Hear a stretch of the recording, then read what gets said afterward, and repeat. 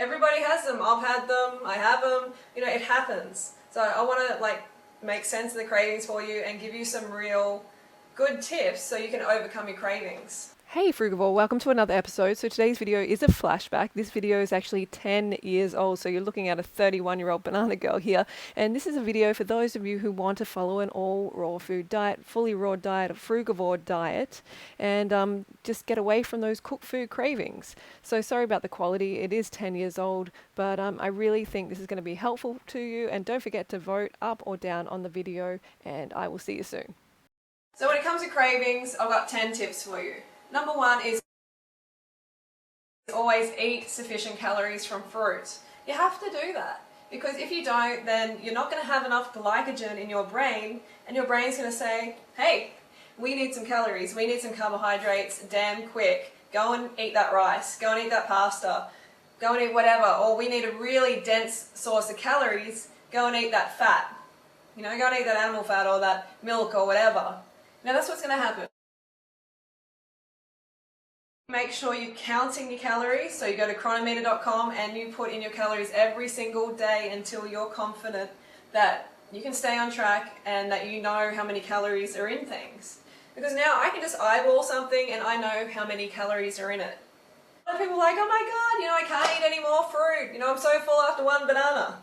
You got to try harder. If you think you're full off one banana, you're seriously mistaken. You're not in tune with your body. The people who say I'm full off one banana, then go and eat ice cream. Go and eat like half a tub of ice cream. So you really just have to be patient and keep getting the calories in consistently. Sometimes you have to eat when you don't want to eat. You know, you may not feel like eating, but I've noticed as soon as we bring the fruit up to our lips and our taste buds taste that carbohydrate, that's when, you know, it registers in our brain, oh, we need food. And then it starts to taste better and we can get the food in. So sometimes you have to be like a robot. You know?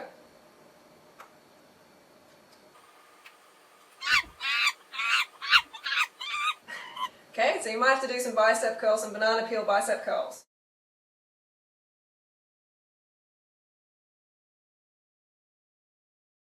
Smoothies are really good because they help you get more calories in. When we're sort of drinking it, even though you have to chew it, but it's still sort of a drink, when we're having it in that form, it's so much easier to get more calories in. Okay, so really concentrate on smoothies early on in your journey and forevermore. You know, like I have a lot of smoothies. Most of the time, 2 of my meals out of a day are smoothies. If you don't know why you're feeling a certain way, you know, why you're having a craving, then how are you going to know how to fix it? You're not going to know. So you need to educate yourself. Carbohydrates are brain fuel. Okay, if you're not getting enough glucose to your brain, then you're going to be craving things. You know, people try and complicate it all the time. They try and say, oh, you know, like it's not that, it's not, I don't need calories, it's because I was abused as a child, or I'm just having an emotional day, or whatever. It's not that, okay? You need calories. And the brain gives you pain as a motivator to get calories. So if you want to check out my books, I highly recommend it. Get on the program. Stop stuffing around. The link is in the description below. This is physical books that you can buy on Amazon, or you can get the ebook bundle, which is the best value. You can download it ASAP and get on the wagon and start taking responsibility for your health. You know, at first I was just doing it completely wrong. You know, I was reading David Wolf's book, Sun Food Diet Success System, and it's a great book for motivational aspects. Like it's got a lot of stuff that Tony Robbins says in there. You know, it's good for that reason, but oh my god, it's confusing. And it does not say anything about counting calories, doesn't emphasize eating large quantities of fruit. Now I'm looking back, I'm thinking, WTF, where's the fruit? Honestly. If we don't have large quantities of fruit, then we're going to go to fat, we're going to go to salads with fatty sauces and stuff like that. And then we're going to wonder why we want to binge out on like fatty, sweet, raw cakes and stuff like that, or like cooked cakes. It's because the carbs, remember the carbs. I took myself away from those social eating events that I used to go to. You know, my friends used to invite me out, they're like, come on, come to the restaurant, come to dinner, blah, blah, blah. And at the time I was really unstable, you know, I was like, oh God, I don't think I can stay raw and go to a restaurant. You know, now I have no problem at all, it's easy. But at the time I was too shaky to put myself into that environment. It's like an alcoholic going to a liquor store. And by the way, alcoholics, they are just carbohydrate deficient as well, because alcohol is carbs. Yeah, so social events, like just for the first couple of weeks, take yourself out of these events. You don't need to meet your friends over food. Why? You don't need to. Don't say, oh, you know, but I've got such a big social life. Organise to meet them in the park, go for a jog together, do something outside of food. Or if you really, really have to go, you've got to eat a lot beforehand. But I'm telling you, within the first couple of weeks, I recommend you just remove yourself from those challenging situations. Give yourself a fighting chance, for God's sake. I participated more on the raw food forum that I was on at the time. This really helped a lot because there was support on there. You know, people were encouraging me. You know, I was held accountable for what I was doing, and it helped immensely. So I recommend you go on 30bananasaday.com and be a part of the community, because community equals support. Honestly, it's the best support community for high carb raw vegan, like on the planet, on the web. It's huge. So, and then when you go on there, help other people. So when you help other people, that makes you feel good, and then you want to look after yourself, you become an inspiration to others, and it just all falls into place more. Okay, big one is making a pain and pleasure list, and carrying that pain and pleasure list around with you everywhere, alright? You know, just stick it in your back pocket, put it in your wallet, stick it on the wall, stick it on your fridge, wherever. You need to have that pain and pleasure list somewhere handy for when you get challenged. So number one is you need to eat enough fruit, obviously, and that's what's going to be most important, but the pain and pleasure list is going to back that up. It's going to keep you on track. You know, rip that list out and look at those reasons. Remember the reasons you came to this lifestyle and constantly remind yourself, or else you're going to be off the wagon pretty quickly. It's going to be even harder too. If you haven't eaten enough, you bring out that list, the list might mean nothing to you then.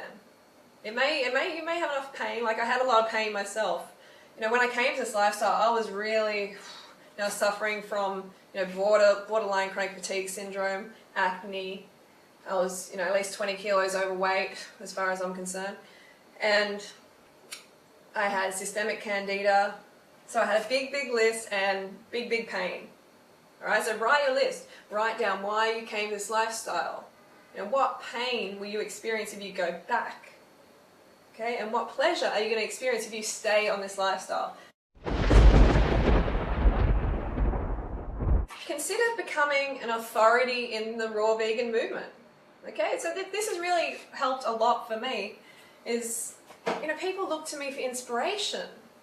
So if you're thinking, oh, you know, I wouldn't mind sort of like a career in this industry or something, like do it. We need more people, right? And that's going to help you keep on track because you're going to become inspiration to others and they're going to hold you accountable. Okay, visualization is a big one. You know, it's not this is not hippie shit, okay? It's actually really, really awesome and it works. I've designed my whole life using a vision book and it is, I think I'm doing all right. You know, I'm happy with how my life's going. And I look back over my vision book, it's all laid out there. The map is just there. I have followed that map almost exactly.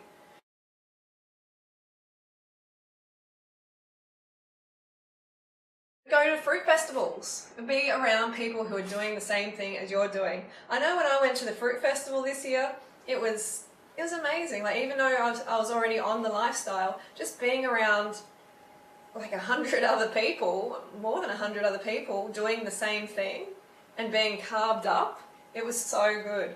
You know, when people have enough carbohydrates, it's like, God, I've never been to a gathering of people in such a good mood. So that is a big thing. Go to festivals, like surround yourself with people doing the same thing so you feel supported in real life, not just online. And throw raw food picnics, you know, invite people over, start to meet people, get out of your comfort zone. make bananas and dates your staple. It's so important. Like, bananas and dates are like the rice of the high carb raw vegan movement.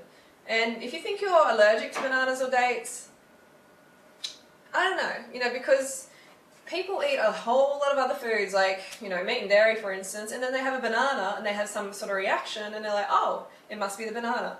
But come on, does that make sense, really? You're putting in something that is not meant to be in your colon and in your stomach, and then you're putting something like a banana that is meant to be in there, and then you're blaming the banana.